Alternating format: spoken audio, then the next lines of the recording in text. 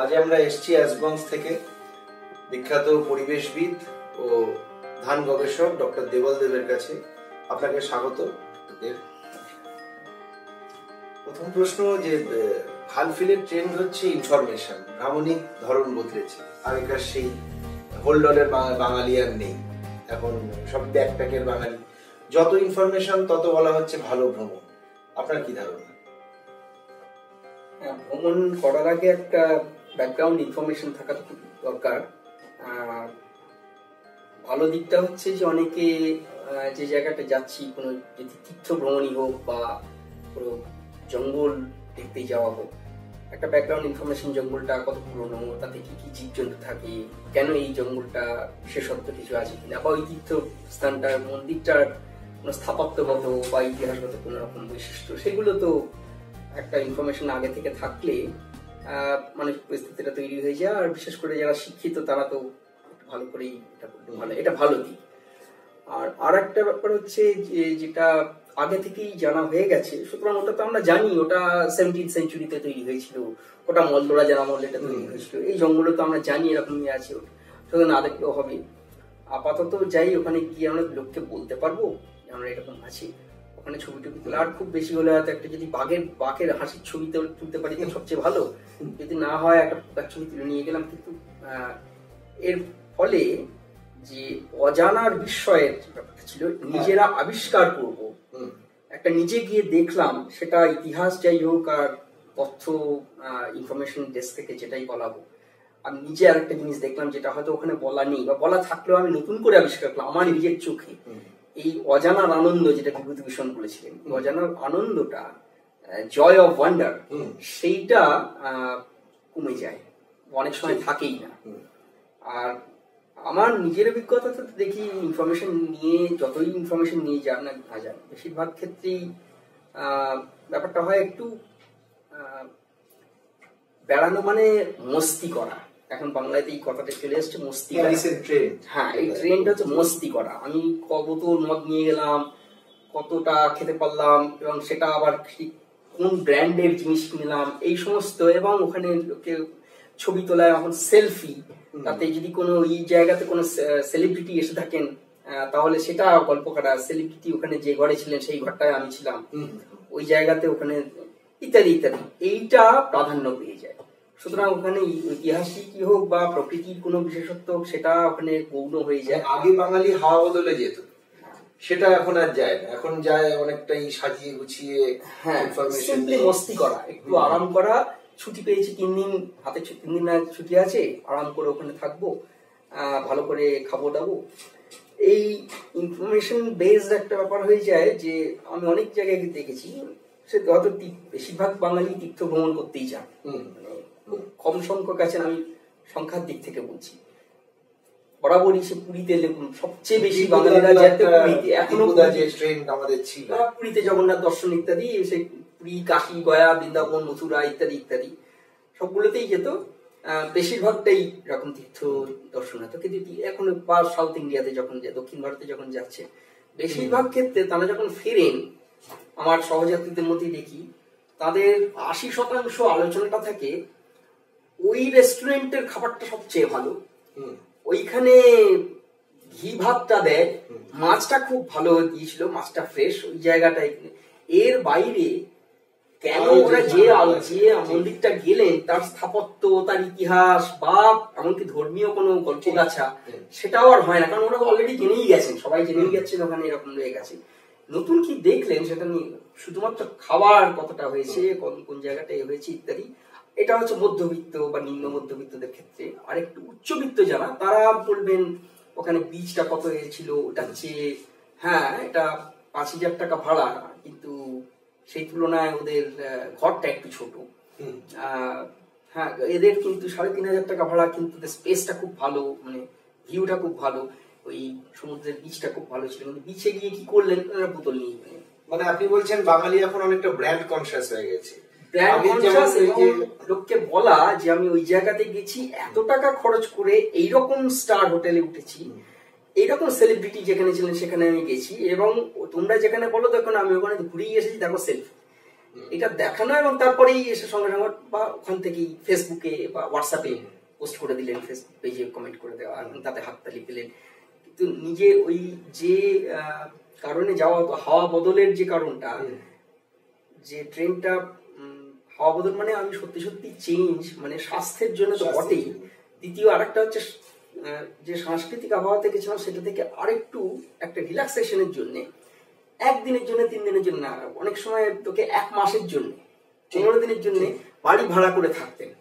সেখানেই তারা রান্না বান্না করতেন, রান্না বান্না করে সেখানে নিজেই ওখানকার বাজার করতেন, ওখানকার স্থানীয় মানুষদের সঙ্গে আলাপ আলোচনা হতো, তাদের ভাষা হতো, তাদের স্থানীয় গান টান, সে কীর্তনী হোক আর রামধনী হোক, সেগুলোতে যোগাযোগ দিতেন এবং এক সময় তারা খুব শ্রদ্ধা আদায় করতেন। কোনো একজন ডাক্তার গেলেন, তিনি ওখানে গিয়েই বিনা পয়সায় চিকিৎসা করে খুব নাম করে হয়ে গেল। আড্ডা হতো, স্থানীয় লোকেদের সঙ্গে গল্প গাছা হতো, এতে সাংস্কৃতিক আদান প্রদানটা খুব সুন্দর হতো, যার জন্য রাঁচি বা পূর্ণিয়া এই সমস্ত জায়গাতে সাঁওতাল পরগনা পুরোটাই মানে এখন যেখানে ঝাড়খণ্ড বা এমনকি রাঁচিতেও মানে বিহারের অনেক জায়গাতেও মধুপুর এগুলো এই তখনকার বিহার, এখানে অজস্র বাঙালি এখনো রয়েছেন যে যারা যেতেন ওখানে, সে বিভূতিভূষণই হোক না বনফুল হোক, তারা সকলে ওখানে নিজেদের থাকতেন, নিজের জায়গা মনে করতেন। এই সাংস্কৃতিক আদান প্রদানটা হতো এবং ওখানে বাংলা, খোর্ঠা, মেথিলি, ভোজপুরি সবগুলো একসঙ্গেই চলতো, সবাই সেখানে কিন্তু ওই বিভাজনটা থাকতো না যে ওর সঙ্গে আমি শুভ না বা ওর সঙ্গে এই ভাষায় কথা বলবো, এরকম ছিল না। এবং তার ফলে ওখানে এখনো অজস্র ওখানকার স্থানীয় মানুষ আছেন, তারা বাংলা সাহিত্য খুব ভালো করে বোঝে, সেটা তার দেশ। এখন কিন্তু সাংস্কৃতিক আদান প্রদানটার ব্যাপারে কিছু হয় না, এখন ব্যাপারটা হয় টাকা দেখানো, যে কত টাকা দিয়ে কত বড় জায়গায় যাবেন এবং সেটা তাদের বন্ধুদের সঙ্গে শেয়ার করবেন, এইটা এসে যায়। স্থানীয় লোকের সঙ্গে তাদের সংস্কৃতি বোঝা, তাদের মন বোঝা, তাদের যে আচার আচরণ গুলো আছে, ওই স্থানীয় লোকেদের সেই মানে রামধুন গাওয়াই হোক বা অমুক পুজোই হোক, সেটা কেন হয়েছে, তার উৎপত্তি কি হয়েছে, এটা নিয়ে তো বনফুল, বিভূতিভূষণ তারা তো অজস্র গল্পটা লিখেছেন। বা জঙ্গল নিয়ে যখন দেখতেন, বিভূতিভূষণের মতন আমি সবাইকে বলছিলাম সেটা অসম্ভব, বিভূতিভূষণের মতন সেন্সিটিভ একজন মানুষ, লেখক বলেও না, তার যার হাত দিয়ে আরণ্য পেরিয়েছে, তিনি তো ওখানে জঙ্গল বেড়াতে গিয়ে এগুলো আরম্ভ করেছিলেন বা কাজের সূত্রে গেছিলেন। চাঁদের পাহাড়ের মতো একটা উপন্যাস বেরিয়েছে। আমি সাধারণ টুরিস্টদের সেটা আশা করা যায়, কিন্তু টুরিস্টরা অনেকেই যেতেন চিকুট পাহাড়ে বেড়াতে যেতেন, ওখানে ওই দেওঘরে চিকুট পাহাড়ে বেড়ানোটা সকলে যেতেন, পাহাড়ে যেতেন, জঙ্গলে যেতেন এবং বেড়ানোর সঙ্গে সঙ্গে ওখানকার পল্লীর লোকেদের সঙ্গে তাদের কাছে জল খেতেন, ছাতু খেতেন, তাদেরকে বাড়িতে আমার নিমন্ত্রণ করতেন, এটা ওই 15 দিন ধরে থাকতেন তাদের সঙ্গে। এইটা সত্যিকারের হাওয়া বদল হতো, সাংস্কৃতিক হাওয়া বদল হতো। এইটা কিন্তু একেবারেই চলে গেছে এবং সেখানে হয়ে গেছে কি, এখানে মানে যারা যাচ্ছেন তাদের পয়সা দেখানো তো আছেই, তারা যে ওখানে তাদের সঙ্গে মেশেন না তা না, তারা ওখানে একটা দরদাম করেন না, এটার দাম 500 টাকা দিয়ে দাও, 500 টাকা দিয়ে দাও, এটা এক দলের, আমার কত টাকা আছে সেটা দেখানো। তাতে ওখানকার যারা নিম্নবিত্তের মানুষ, তারা কিন্তু আর সেই বাজারের দামটা সেখানে তার নাগাল বাইরে চলে যান, অর্থাৎ তারা অর্থনৈতিক ভাবে একটা বদল এনে দিচ্ছেন সেখানে ওর হাওয়া বদল করতে গিয়ে আর্থসামাজিক একটা বদল, আর্থসামাজিক বদল স্থানীয় লোকেদের বদল করে দিচ্ছে, সেটা খারাপ এর দিকে চলে যাচ্ছে। এবং সেখানে আরো একটা ব্যাপার হয়ে যায়, সবকিছুকে টাকা দিয়ে মাপা, এটার দাম কত, ওটার দাম কত আর টাকা হবে, এরকম সবকিছুতেই টাকা দেওয়া। আচ্ছা তোমরা এখানে নেবে, একটা ছবি তুলবো, তোমার 10 টাকা দেবো, একটা ছবি তুলবো, ছবি তুলতে গেলেও 10। এখন অনেক জায়গাতে হয়ে গেছে কি, স্থানীয় মানুষরা বলেন ছবি তুললে কিন্তু টাকা দিতে হবে, এটা নেওয়া যেত, সেগুলো তুলতে অসুবিধা হয়েছে। এখন স্থানীয় মানুষরা দাবি করেন ছবি তুলবেন, কত টাকা দেবেন, 50 টাকা দিতে হবে, সব জায়গায় নেই। কিন্তু এই ট্রেনটা কিন্তু আস্তে আস্তে বেড়ে যাচ্ছে এই ধরনের মানুষদের জন্য। এইটা তখন হাওয়া বদল ছিল, তাদের নিজেদের ব্যক্তিগত মনের হাওয়া বদল হতো, স্বাস্থ্য বদল হতো। এখন আমাদের সাংস্কৃতিক স্বার্থ এবং সাংস্কৃতিক ভাবে এবং অর্থনৈতিক ভাবে স্বাস্থ্যটা, স্থানীয় মানুষদের স্বাস্থ্যটা কিন্তু বিপন্ন হয়ে যাচ্ছে। এটা খুব এই ইনফরমেশন নিয়ে বলে বলছি না, মানে অবক্ষয়, হ্যাঁ একটা মানে মাইন্ডসেটটাই বদলে গেছে। আপনি এত বিদেশে ঘুরেছেন, বিভিন্ন দেশে গেছেন, সবচেয়ে বন্ধুবৎসল মানুষ কোথায় দেখেছেন বা পেয়েছেন? সব দেশেই সব মানুষই বন্ধুবৎসল মোটামুটি, তার মধ্যেও যে মন টেনেছে আর কি, যে মানুষগুলো সবথেকে বেশি সাধারণ মানুষরা খুব আতিথ্যপরায়ণ হন, অতিথি বৎসল হন সব দেশে। এটা ধর্ম জাতি নির্বিশেষে যখনই দেখা যায় একটু বাইরের লোকের এসেছেন, মানুষের স্বাভাবিক বোধ হচ্ছে তাকে আমার তো অতিথি এটা করি। আপনি এত দেশ ঘুরেছেন, এত জায়গা দেখেছেন, বিভিন্ন মানুষের সাথে আপনার মেলামেশা, সবচেয়ে বন্ধুবৎসল কোথায় পেয়েছেন মানুষজনকে? সাধারণভাবে পৃথিবীর সমস্ত সাধারণ মানুষ খুব অতিথি বৎসল হয়, একটা বাই নেচার স্বাভাবিক মানুষের এটা। যদি না তারা রাজনৈতিকভাবে অন্যরকম ভাবে ব্রেনওয়াশ হয়ে যান যে বিদেশি মানে শত্রু, অমুক ধর্মের লোক শত্রু ইত্যাদি, সেটা এখনো পর্যন্ত সাধারণ মানুষের মধ্যে হয়নি। সব দেশেই এরকম। আমার নিজের দেশেই আমি দেখেছি সাধারণভাবে গ্রামাঞ্চলে যত রিমোট গ্রাম হবে, যত বেশি সেটা যে কোনো দেশে, আমার নিজের দেশে সবচেয়ে আরো বেশি প্রমিনেন্ট। তারা কোনো জায়গায় একটু খিদে পেয়েছে, একেবারে অপরিচিত, আমি ইকোলজিস্ট হিসেবে কাজ করতে করতে খিদে পেয়ে গেছে, একটা বাড়িতে ঢুকে পড়েছে, আমার খিদে পেয়েছে একটু মুড়ি দেবেন। তারা আমাকে তাদের যথাসাধ্য ভাতের সঙ্গে তরকারি হোক, সবজি মানে কোন রকম সে শামুক সেদ্ধ হোক আর মাছ হোক, উঁচু মাছ, কাঁকড়া যা পেরেছেন তারা নিজের ভাগ থেকেই করে দিয়েছেন। রান্না যদি তখন সময় না থাকে নিজেদের ভাগ থেকে তারা করে দিয়েছেন। এরকম অজস্র আমি পেয়ে গেছি। আর দেশের দিক থেকে এরকম, কিন্তু এই একই রকম শহরাঞ্চলে আমি জল খাওয়াতে দেখলে শুধু একটু জল খেতে গেলেও তারা সন্দেহ চোখে দেখেন সেটা সত্যি কিছু, এদের ধান্দাটা কি আছে, একে কি জল দেওয়াটা উচিত।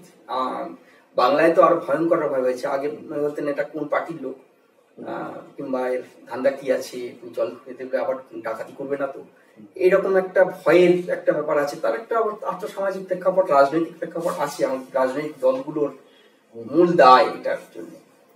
আর ভারতের বাইরের দেখতে বলতে গেলে আতিথেয়তা আমি বাংলাদেশে যেমন পেয়েছি, ইতালিতেও পেয়েছি।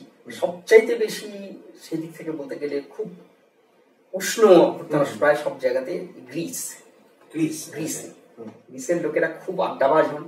তারা গল্প করার লোক পেলে, মানে আমরা বাঙালিদের আড্ডা বলি খুব বিখ্যাত, আর গ্রিকদের আড্ডা আরো মারাত্মক। তারা বাজারে বেরিয়ে তারা সারা রাত্রি কাবার করে দিয়ে তার পরের দিন বলেন যে ওকে ফোন করে বলেন ওটা হয়ে দরকার হয়নি, একজন বন্ধুকে পেয়ে গেছি, ইন্ডিয়ান একজন বন্ধু এসেছিল তার সঙ্গে, তুমি বাড়িয়ে গেলেন না, বাজারের ব্যাগটা আমরা শক্তি চট্টোপাধ্যায়ের কাছ থেকে কিছুটা পাই। এরকম গ্রিকদের বেশি, সবচেয়ে বেশি। আর কিন্তু যাদেরকে বলা হয় উত্তর ইউরোপের লোকেরা অনেকটা ঠান্ডা, তারা হ্যান্ডশেক করা, যেমন ইতালি বা ফ্রান্সের এতে বা দক্ষিণ ইউরোপের লোকেরা আলিঙ্গন করেন, চুম্বন করেন যে কোনো এগুলো বন্ধুদের মধ্যে। কিন্তু জার্মানি বা নেদারল্যান্ডস একেবারে উত্তর ইউরোপে তারা হ্যান্ডশেক ছাড়া কখনো আলিঙ্গনের দেখেও চুম্বন পরের কথা। সেখানেও আমি দেখি এটা তো সাধারণ সোশ্যাল কাস্টম, তার মানে তারা অতিথি বৎসল তা নয়। আমি জার্মানিতে 5 বার গেছি। আমি বলতে চাইছি উষ্ণতার তারতম্য আছে। উষ্ণতা না, তারতম্য নেই, সাধারণ মানুষ সবাই অতিথি বৎসল। সেটা প্রকাশভঙ্গিটা বিভিন্ন, প্রকাশভঙ্গিটা এক এক রকমের। তারা হয়তো জড়িয়ে ধরবেন না, স্প্যানিশ বা গ্রিকরা যেরকম জড়িয়ে ধরবেন, আলিঙ্গন করবেন, ইতালিয়ানরা চুমু খেয়ে নেবেন, মানে গালে এগালে চুমু খাবেন, এগালে চুমু খাবেন, ফ্রেঞ্চরা 3 বার খাবেন।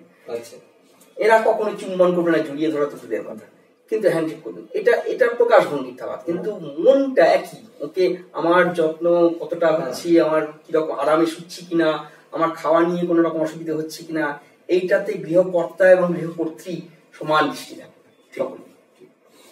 আচ্ছা, এখন বর্তমানে দেখবেন আপনি বিভিন্ন স্কুল কলেজে, বিশেষ করে স্কুলগুলোতে শিক্ষামূলক ভ্রমণে নিয়ে যায়, বিভিন্ন ক্যাম্পিং করায় এরা।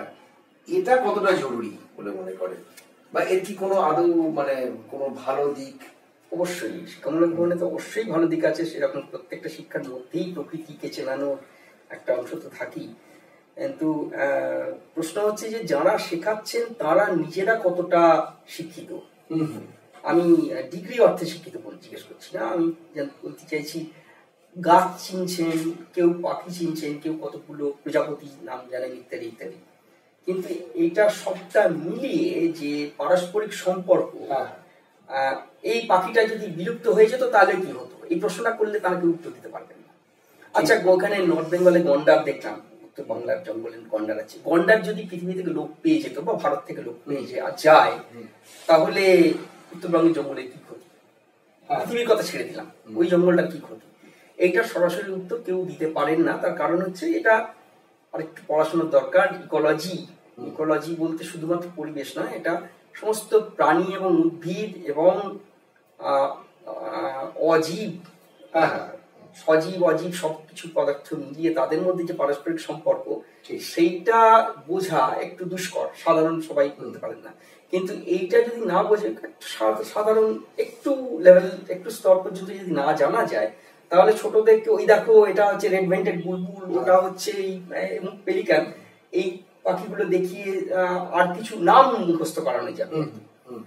কিন্তু তাদের সঙ্গে ওটার সঙ্গে অন্য অন্য কোন প্রাণী, তারা কি কি খায়, কোন কোন প্রাণী তাদের উপর নির্ভরশীল, তারা যদি চলে যেত তাহলে অন্য কোন কোন প্রাণী লুপ্ত হয়ে যেতে পারে বা ক্ষতি হতে পারে, মানুষের কি ক্ষতি হতে পারে, মানুষের খাদ্য সমস্যা কি তার সঙ্গে জড়িত কিনা, ইত্যাদি ইত্যাদি। মানুষ তো অনেক পরে এসেছে এই সব প্রাণীদের চেয়ে, কিন্তু মানুষ ছাড়াও জীব জগতের কি কি ইত্যাদি, সেই ব্যাপারগুলো যদি খানিকটা আঁচ না দেওয়া যায়। এবং সবচেয়ে বড় কথা হচ্ছে যে আমরা প্রকৃতির প্রায় কিছুই জানি না, আমরা শুধুমাত্র সারফেসে একটু আঁচড় কাটতে পেরেছি, আমরা বিজ্ঞানীরা যেটা বলি। কিন্তু ওই যে অসীম রহস্য, এই রহস্যের মধ্যে একটু একটু হিন্ট দেওয়া, যে জানো এই পাখিটার সমাজের থেকে এইরকম হয়, ওই পোকাটাই কিন্তু এই জিনিসগুলো হয় যেটা অন্য পোকাতে দেখা যায় না। এরকম যদি দুটো তিনটে ন্যাচারাল হিস্ট্রি তাদেরকে একটু জানিয়ে দেওয়া যায়, তাহলে শিশুদের কৌতূহলটা স্বাভাবিক কৌতূহল, এটা সমস্ত শিশুদের মধ্যে, একটা ছাগল বাচ্চা একটা কুকুর বাচ্চার মধ্যেও এই কৌতূহলটা থাকে, সেটা মানুষের বাচ্চার মধ্যে যেটা থাকে সেটাকে একটু উস্কে দেওয়া হয়।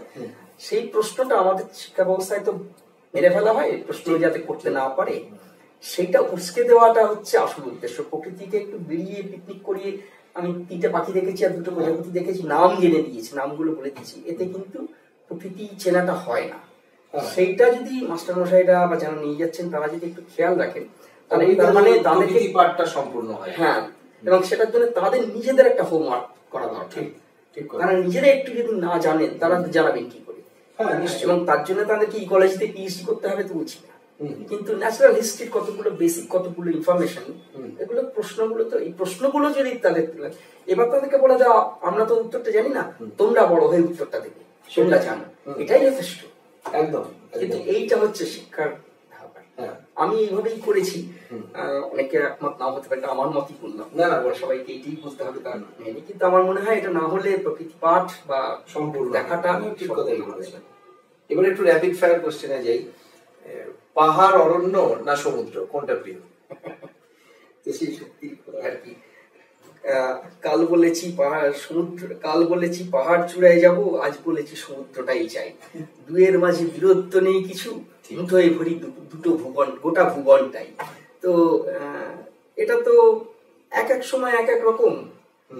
কোনো মাসে মনে হচ্ছে এখন সমুদ্রটা দেখলে আমার প্রাণটা জুড়িয়ে যাবে, আবার পরের মাসেই মনে হলো এত গরম, আমার পাহাড়টা না গেলে শান্তি হচ্ছে না। এটা বিভিন্ন রকমের আছে। প্রকৃতিকে যদি আমার যেতে হয়, আমার সবগুলো কি যেতে হবে। তবু যদি এই তিনটের মধ্যে বলা হয় আপনাকে, কোনটা বেশি টানে আপনাকে? খুব বলা মুশকিল, তবে আমি অনেকগুলো জায়গাতেই কাজ করেছি যেখানে পাহাড়, সমুদ্র, জঙ্গল একসঙ্গে আছে, এরকম জায়গাও রয়েছে। সেগুলোতে কুমটা বা সহ্যাদ্রি পাহাড়ের পশ্চিম ঘাটে, সেখানে পাহাড়, সমুদ্র এবং জঙ্গল এইরকম জায়গাতে কাজ করি। এরকম কেউ যদি পছন্দ করেন সেখানে যেতেই পারে। তবে আমরা যেটা শুনেছি আর কি, যে আপনি বেশিরভাগ সময় আপনার যে রিসার্চ স্টেশন গুলো ছিল সেগুলো জঙ্গল ঘেঁষাই ছিল। জঙ্গল, সেখানে জঙ্গল কি একটু বেশি? আমার সমুদ্র, আমি তো প্রথম পোস্ট ডক্টরাল কাজটাই করেছিলাম সমুদ্রের জেলেদের নিয়ে, 3 বছর ধরে ওখানে সমুদ্রের উপরেই কাজ করেছি। তিনটি আমার কাছে সবগুলোই, তবে প্রকৃতি আপনার কাছে শেষ কথা। হ্যাঁ, না, তিন রকমের বিষয়, 3 রকমের জগৎ। সমুদ্রের জগৎ একেবারে অন্যরকম, অতি বিস্ময়কর, একটু টেকনিক্যালি বলা যায় 3 ডাইমেনশনাল পয়েন্ট। সমুদ্রের আমি যদি শুধু পাড়ে ঘুরে বেড়াই, এটা 2 ডাইমেনশনাল, দৈর্ঘ্য প্রস্থ। আমি যদি সমুদ্রের জলটাকেও দেখি, দৈর্ঘ্য প্রস্থ এবং গভীরতা, 3টি আছে। 3 ডাইমেনশনাল জগৎ সবসময় 2 ডাইমেনশনালের চেয়ে বেশি আকর্ষণীয়। ফরেস্ট সেই জন্য আরো বেশি, সেটাও 3 ডাইমেনশনাল। মরুভূমি সেই তুলনায় অনাকর্ষণীয়, কারণ এটা শুধুমাত্র 2 ডাইমেনশনাল।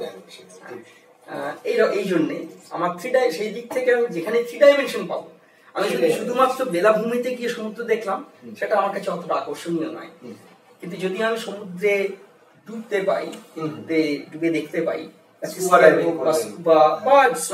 সাধারণ স্নরকেলিং করতে চাই, আন্দামানে যেরকম কোরাল রিফস গুলো আছে বা এই রকমের প্রাণী উদ্ভিদ ইত্যাদি, সেটা অনেক বেশি আকর্ষণীয়।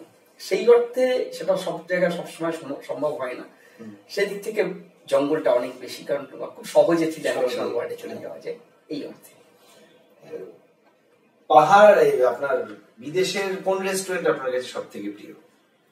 রেস্টুরেন্ট? হ্যাঁ, আমি শুনেছি যে আপনি বিদেশে গিয়ে রেস্টুরেন্টে খান বেশ।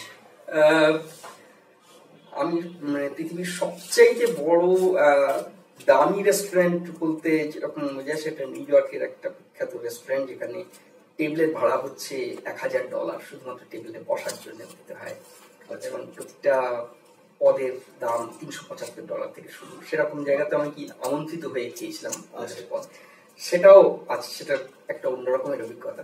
কিন্তু বেশিরভাগ ক্ষেত্রে আমি রেস্টুরেন্টের চেয়ে রাস্তার ধারে যেটাকে রোড সাইড স্ট্রিট ফুড, সেটা আমার সবচেয়ে আরো বেশি পছন্দের, এবং সেটা সবচাইতে বেশি বৈচিত্র্যময় লেগেছে থাইল্যান্ডের স্ট্রিট ফুডস।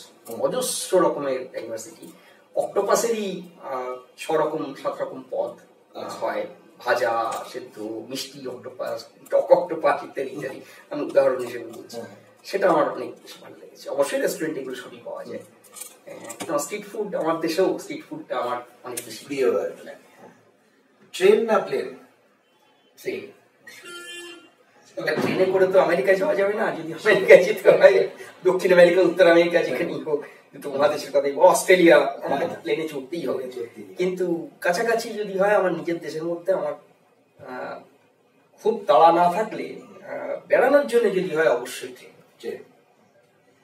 অ্যাসবংস ট্রাভেল থেকে যে আমরা এসেছি আপনার কাছে, আমরা তো প্রচেষ্টা চালাচ্ছি যাতে বাঙালিকে একটা নতুন আঙ্গিক দেওয়া যায় ভ্রমণের, তো আপনার কি বার্তা থাকবে আমাদের প্রতি?